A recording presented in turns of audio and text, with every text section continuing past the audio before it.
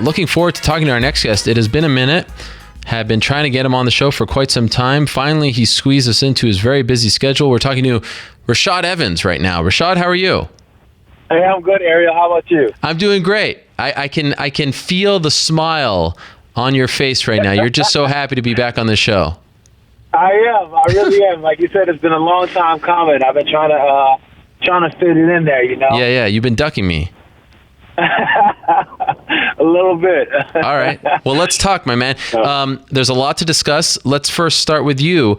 A couple of weeks ago, there was a report, I believe it was Flow Combat, that reported that you're going to return in New York as a middleweight against Tim Kennedy. Is that true?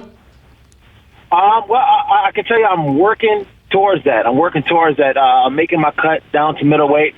As far as the opponent, nothing has been set in stone. There has been talks about, a fight with Tim Kennedy. There's been talk about other fights too as well.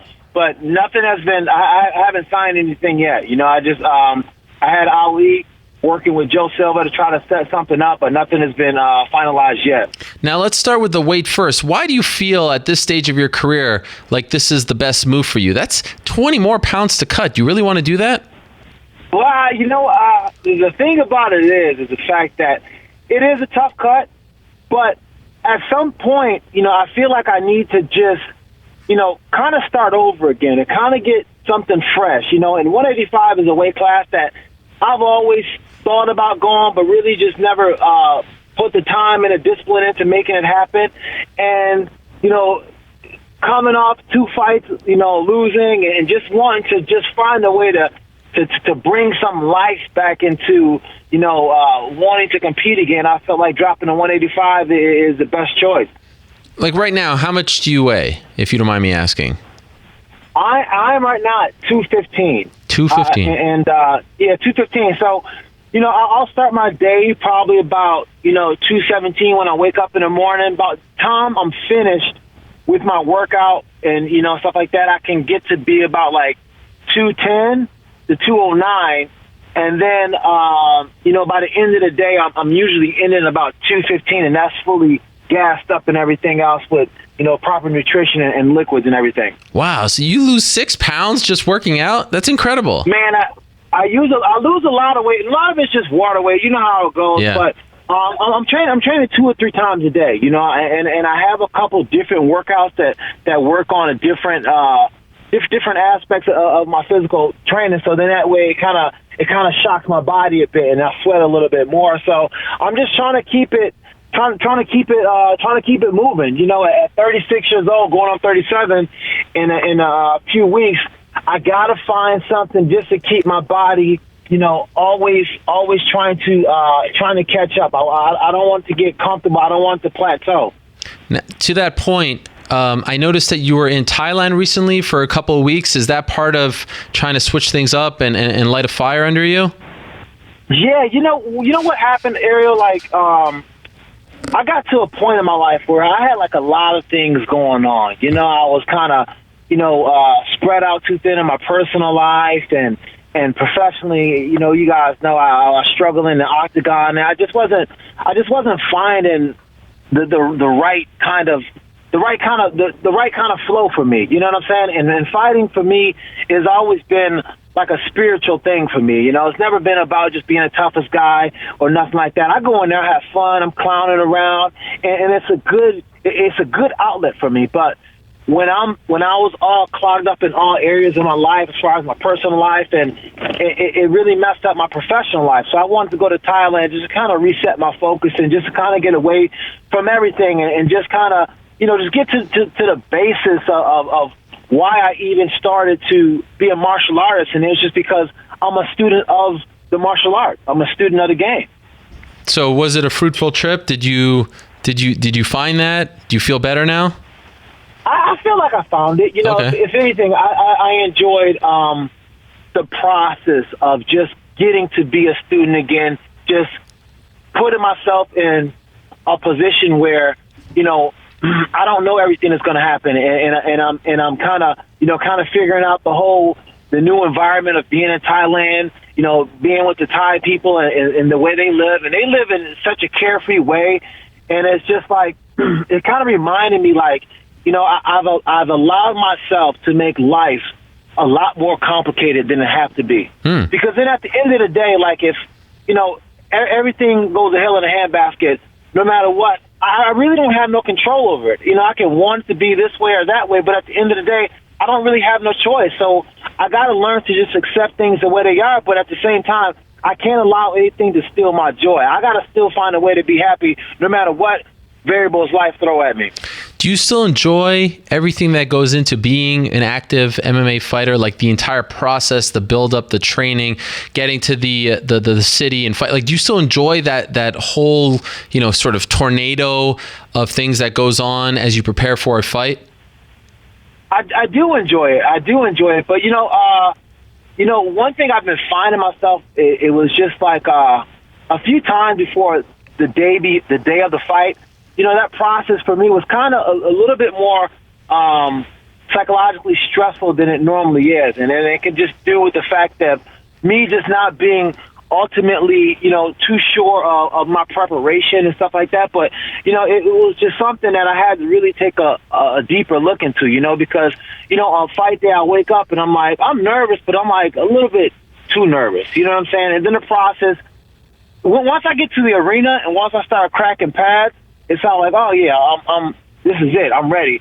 But like the restfulness that you get before a fight, you know, because there's having like before you fight, there's this readiness that is really hard to explain, but you know something's going to happen. There's a peace that comes over you in between that where it's just like, I know what's going to happen, but at the same time, I'm okay to rest because no matter what happens, I'm going to handle it. I felt myself in a place where I never really got to that place where I was able to have that ready restfulness because I was thinking like, man, maybe I didn't run enough. Maybe my knee's not strong enough. You know, what if this happens? And I couldn't allow myself to mentally relax. So that's something I've been really trying to work on now is just enjoying that process a little bit more. Speaking of the knee, you know, no secret that you haven't won since the knee injury. Do you feel like it's still holding you back? You know, I do feel like it's been holding me back, but not because of the knee itself, but just because psychologically I'm so worried that I'm going to move the wrong way or I'm going to, you know, do something that's going to pop out and it's going to be ruined again, you know? So it's really been, you know, my training consists of now is just doing a lot of working out as far as planning off the knee, explosive movements off the knee. And I've been training with Tony Villani at XPE as well as my other trainer, Rob at around the same area. So what I've been doing is the fact that I've been doing a lot of just explosive movement, you know, changing direction, all the things that you would do in a fight where you always have to be willing to, you know, cut on a dime or plan or put a lot of weight or carry somebody else's weight and be able to move in a second. And once I know, and I'm feeling like I am now, like I can do that and I'm ready to do that. Now I know when I'm training and now I know when I'm in a fight that I can do it. So I'm getting a lot more confidence in my knee. You know, I think I speak for most of the MMA community, if not all, when I say that in April, looking at you at that press conference in Tampa Bay, it was hard. You are a legend. You are a Hall of Famer. You're a former champion. You were emotional. You were kind of hurting after the loss against Glover Teixeira. What was going through your mind? Were you, I mean, have you ever felt anything quite like that? Because it's different than the Machida fight when you lose a belt, but you know that you're still at the top of your game. Are you starting to question yourself? Are you starting to think you don't want to do this anymore? What is going through your mind at that moment? Yeah, at that moment, it was really frustrating because, like when I was in the ring and once I got going in the cage, I felt like I was ready and I felt like I was, you know, on point. But then, you know, when I got knocked out and it just went so fast, I felt like I was so far away from where I ever been, and I felt like I was struggling way too much with even just to try to even compete.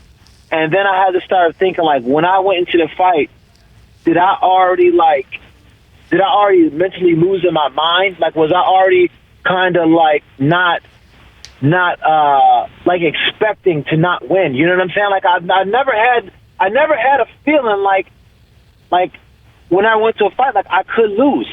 I never ever felt like that, but I was thinking like maybe I felt like I could lose in this fight, and maybe I didn't really go out there and attack, and I had positions on them where before I would have never given up. Like, if I get somebody against the cage, they're going to have to work their butt off to keep me off of them from holding them against the cage, because then I'm going to try to take a shot, or I'm going to make them work a lot more. But when I had Glover against the cage, I didn't maximize that position, and I'm just like, dude, where's your head at? Like, what am I thinking? Where am I at when it comes to competing inside of this octagon? And even before that, I'm just like, these are all things that used to never happen to me, because fighting used to be so automatic. Like, it would just be like, it was just like easy. It was so easy for me, and I never had to really work at being a top fighter. And it sounds weird to say, because I feel like I haven't had my best performance in the octagon,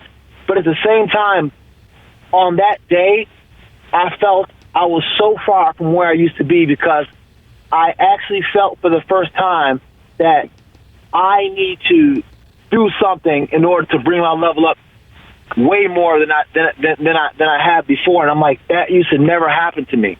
And I was like, where did I go? What happened to me? You know?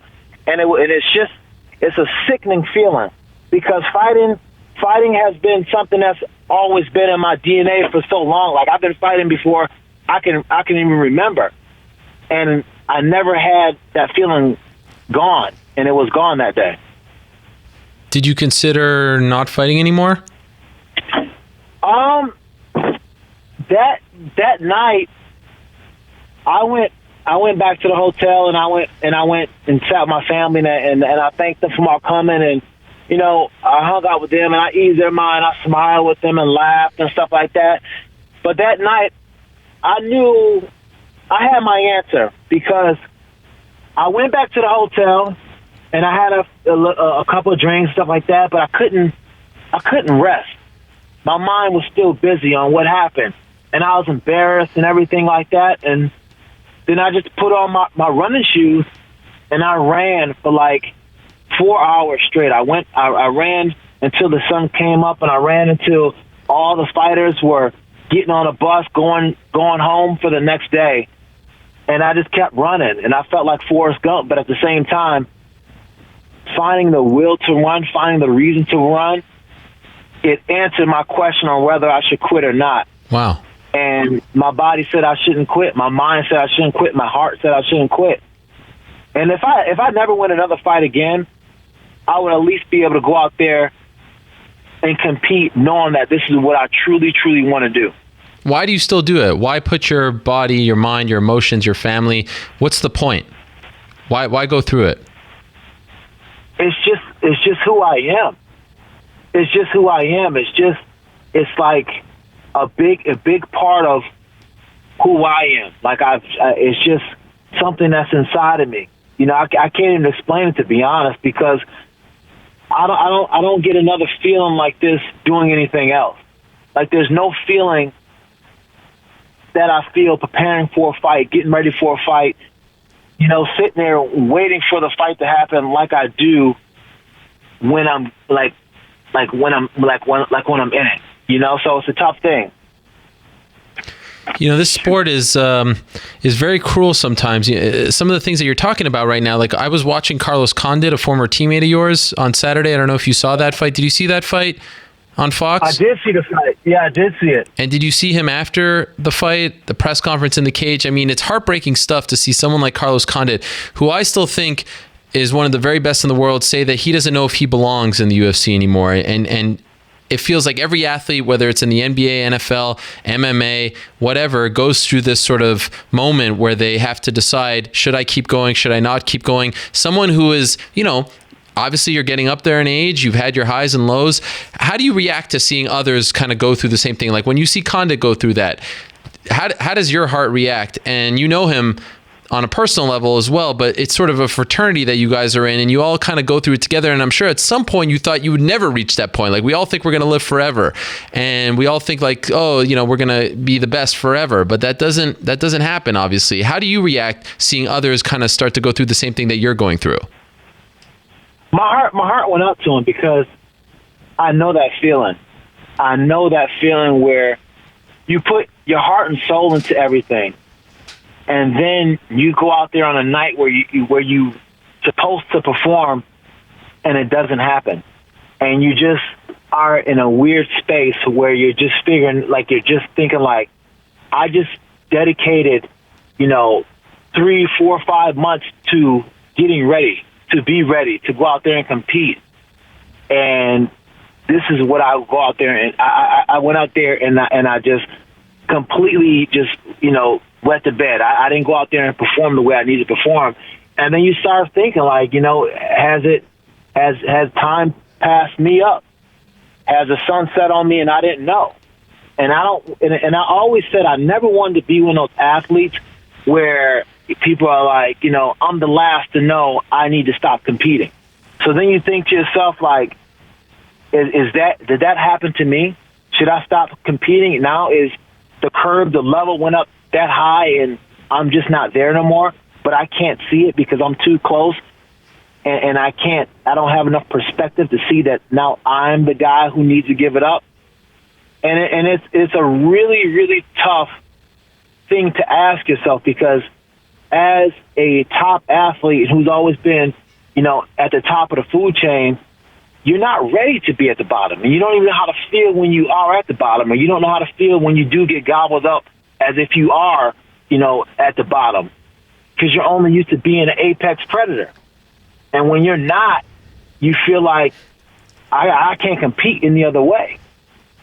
And then you start thinking like, well, what do I do if I don't fight? Like what am I if I'm not a fighter? And it takes you in a weird place because then you have to start to find a way to redefine who you believe yourself to be outside of fighting. What do you think you'll do after you stop fighting? I really like doing the TV stuff. Yeah. But more importantly, I feel like my thing in life is just to give back. And if anything I can do to give back, to help out, to start some kids programs in the inner cities where they actually need it, meaning the fact that, a lot of school programs are being cut and these kids have a lot more free time on their hands, so they get involved in nonsense, and I used to be one of those kids who was part of the rowdy bunch. If I wasn't into sports and stuff like that, I found something crazy to get into. So a lot of these kids, they get into bad things. So I would like to start, programs for them, like some kind of MMA training or something like that, where they'd be able to get into after they get done from training, and just give them a better outlet, just besides hanging on the street and doing bad things. That's something I can do, and it's something that I feel like I can find purpose in doing. Being a New York guy, is MSG just what the doctor ordered for you, in the sense that this is something that you've been talking about, that you've wanted for a while? Here it is, right around the corner. I mean, it feels like the timing is so perfect to use that as great motivation to get you kind of back on track and to strive for something, to be a part of that card, history, all that stuff. Like, is this perfect for you in that sense? It is absolutely perfect. This is, I couldn't, wrote anything better myself, and to be able to, hopefully have an opportunity to compete on this card and to be a part of what this card means in the history of mixed martial arts is just, it really means everything to me, and a big opportunity, a big chance for me to get back on track and to make a statement. It's something that I look to do. And if I get a chance to be on this card, I'm gonna go out there and I'm gonna show out. I'm gonna go out there and I'm gonna do my thing, and I'm gonna enjoy doing it. You know what I'm saying? So, but this is what it's about, though. You know what I'm saying? And if it's just about being a part of history. No matter what happens in my life, no matter I live forever in this moment. I live forever. I'm immortalized forever in this moment. being the fact that I can say that I've competed in the first card at Madison Square Garden, UFC, mixed martial arts. And that for me is something that no one can ever take away. And I'm just happy I get a chance to be a part of that. So do you have any reservations fighting Kennedy? Were you guys tight when you were at Jackson's, fighting a Jackson's guy? Any issues there? If that's a fight, then that's a fight. At the end of the day, I'm professional. He's a professional as well, too. But I have no reservations. We've always had great training sessions when we train together at Jackson, so it should be exciting. You know what I'm saying? Like, I think it's weird because, like, when I would train with him, I would always think, like, maybe one day we will fight each other. Because at the time he was coming to the gym, he was still kind of like he was kind of still like a guy who just came for his camp, so he was part of the team, but he was kind of like a floater, But now he's the Jackson guy, and but I've always felt like we could possibly fight, and when we trained together, it was a dog fight, and we would go in there and we would get after it. So I look forward to if that's a fight to be, I look forward to fighting him. And have you decided, like, is it 100% that your next fight will be at 185 regardless of if it's Kennedy or not? Is that the plan? Yeah, that's the plan. Okay. That's the plan. I'm gonna make it happen. I'm gonna do whatever I can to make it happen, and just make sure I take care of my weight so that way I'm not killing myself before right before the fight. You know what I'm saying? So I'm gonna really do what I can to make sure I get my weight down as soon as possible. Will you work with any of these famous nutritionists to help you in that regard? Yeah, actually, I've been working with George Lockhart and his people already. All right. Yep, they're the best. Yeah. And final thing for you, what's your take on this whole Dana White saying that he wants to see Rumble fight John Jones and not DC, which seems like it makes no sense. And then you have Cormier and Rumble saying they want to fight each other and sort of box out Jones. We don't even know when Jones is coming back. Considering you're sort of tied to that whole picture, what's your take on that? What should Rumble do next? I think Rumble should fight DC, and here's the thing about it: when you're a UFC matchmaker or whatnot, I'm not a UFC matchmaker, but it just doesn't seem smart that you would take out two number one competitors, and as the way it is right now with so many shows and the way the landscape is with people getting hurt and losing real big star power as far as big athletes that has a drawing potential, it just doesn't seem smart that you'll knock out two top guys. You know what I'm saying? It would seem better to have, DC fight Johnson, and then, if Jones comes back in a certain amount of time, then he fights the winner or whatever the case may be. It just doesn't seem smart that you would knock out two potential main event cards. Yep. I couldn't agree more. Well, Rashad, man, I feel like we could talk for another 30 minutes. Such fascinating stuff. The honesty that you put on display here today. Wow. It's breathtaking, really, to hear an athlete talk about his career like that, and that story about you running after the Glover fight. Just incredible stuff. And, I hope that you do find what you are searching for and get back on track, because you are one of the best, my man. Really a pleasure to have you on and talk like this and get to hear what's going through your mind. It's an honor, really. So thank you so much for coming on the show. And I hope to see you at MSG. I hope you get what you want. Hope you get to fight on that card. That would be something very special for longtime fans of yours. All the best to you, my man. And we'll talk to you very soon. Again, thank you so much. Thank you. I appreciate it. Thanks for having me on. He's the man, Rashad Evans, former light heavyweight champion. Wow. Amazing stuff, especially considering what Carlos Condit, coincidentally, a former teammate of his, is going through. This is a part of combat sports. This is a part of sports in general. It's a part of life. At some point, you face your own mortality, if you will. You face the facts that, look, we can't be the best forever. We can't be on top of the game forever.